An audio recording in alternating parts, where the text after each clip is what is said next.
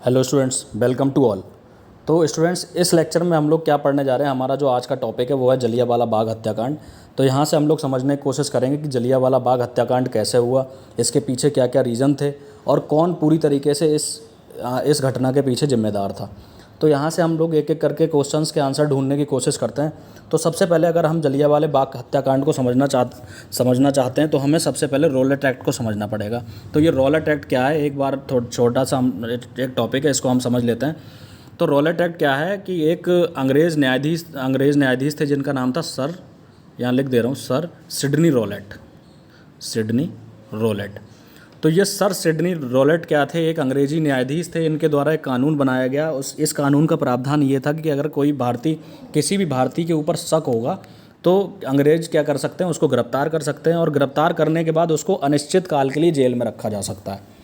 तो जो शक के आधार पर गिरफ्तार किया गया भारतीय, उसके पास ना तो अपील करने का कोई प्रावधान होगा, ना दलील करने का कोई प्रावधान होगा, ना ही उसको वकील करने का कोई प्रावधान होगा।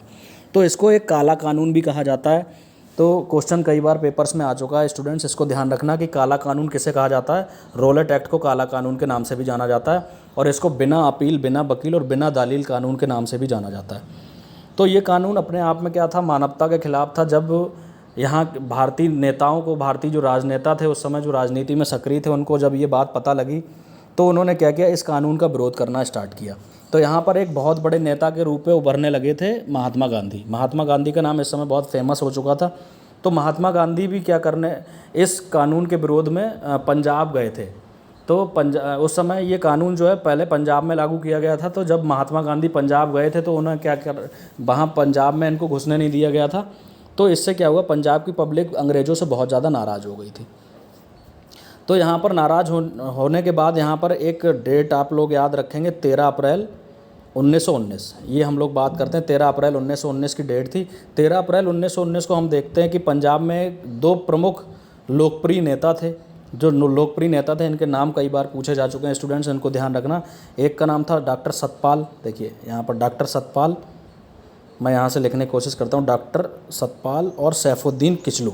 देखिए डॉक्टर सतपाल और सैफुद्दीन किचलू, ये दो नाम है, बार बार रिपीट होते हैं स्टूडेंट्स, इनको याद रखने की कोशिश करना। तो डॉक्टर सतपाल और सैफुद्दीन किचलू को बिना किसी कारण बताए अंग्रेज़ों के द्वारा गिरफ्तार कर लिया गया। जब अंग्रेज़ों के द्वारा इनको गिरफ्तार कर लिया गया तो वहाँ की जनता अंग्रेज़ों से ये अपील करने लगी कि ये दोनों जो नेता हैं इनको जल्दी से छोड़ दिया जाए। अब अंग्रेज़ों ने जब इस बात का मना किया तो उस समय 13 अप्रैल को क्या था, बैसाखी का दिन था और लगभग शाम को 4 बजे जलियांवाला बाग में बहुत सारे लोग इकट्ठे होने लगे सभा करने के लिए। तो जब सभा करने के लिए लगभग 4 बजे इकट्ठे होने लगे तो हमने देखा कि वहाँ पर वो बाग क्या है, चारों तरफ से घिरा हुआ था। देखिए यहाँ पर मैंने एक पिक भी लगाई हुई है, यहाँ से दिखाने की कोशिश करता हूँ, ये बाग है। तो ये चारों तरफ से दीवार से घिरा हुआ था, यहाँ पर एक ही गेट था। और यहाँ पर हमने देखा कि जब यहाँ पर लगभग 20,000 लोग इकट्ठे हो गए, 20,000 लोग ये मांग करने लगे कि जो सतपाल हैं और सैफुद्दीन किचलू हैं उनको अंग्रेज़ों के द्वारा छोड़ दिया जाए। तो यहाँ के जो अंग्रेज़ अधिकारी थे जिनका नाम था जनरल डायर, तो जनरल डायर ने क्या किया, वहाँ पर बिना सोचे समझे उस पूरे बाग को 3 मिनट में खाली कराने का आदेश अपने सैनिकों को दे दिया।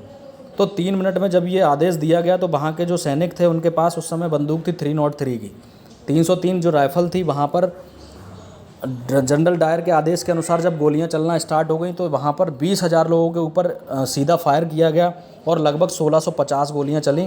और 1650 गोलियां चलीं और इसमें क्या हुआ, हमने देखा कि लगभग 1,000 लोग मारे गए, 1,000 लोग मारे गए और 3,000 से ज़्यादा लोग क्या हुआ, यहाँ पर घायल हुए। अब ये आंकड़ा तो हमारे अनुसार है, भारतीयों के अनुसार है, लेकिन अंग्रेज़ों ने जब ये आंकड़ा दिया तो यहाँ पर अंग्रेज़ों ने बताया सिर्फ 350 लोग ही मृत हुए हैं, बाकी कुछ इन्होंने आगे कुछ कहा नहीं, बस 350 लोगों के मृत होने की रिपोर्ट दी।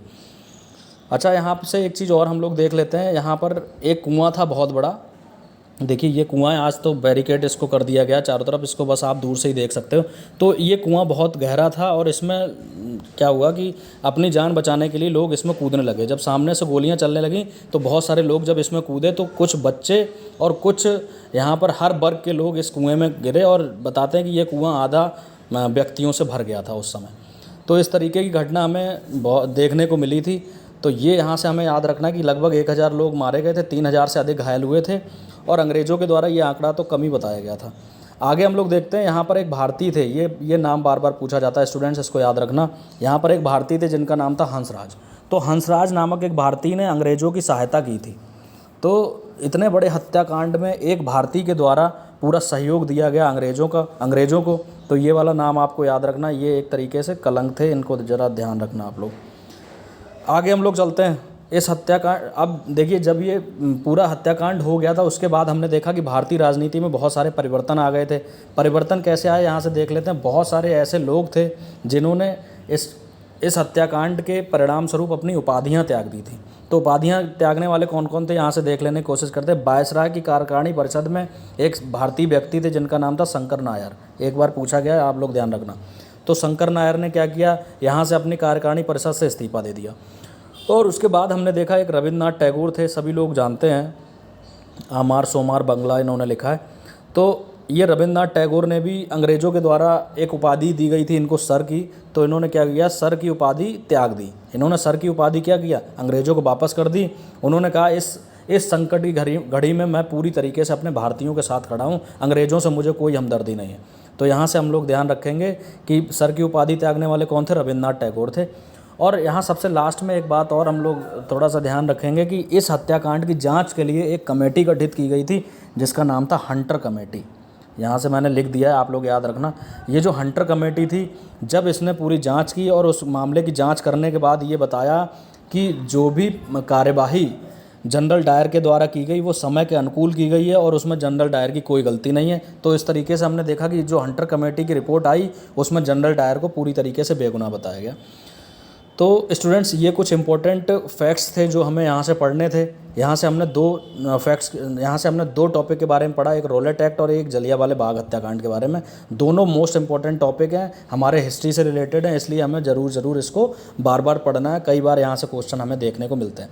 तो आज के लिए स्टूडेंट्स हम लोग इतना रखते हैं, बाकी हम लोग नेक्स्ट लेक्चर में मिलते हैं। Thank you very much.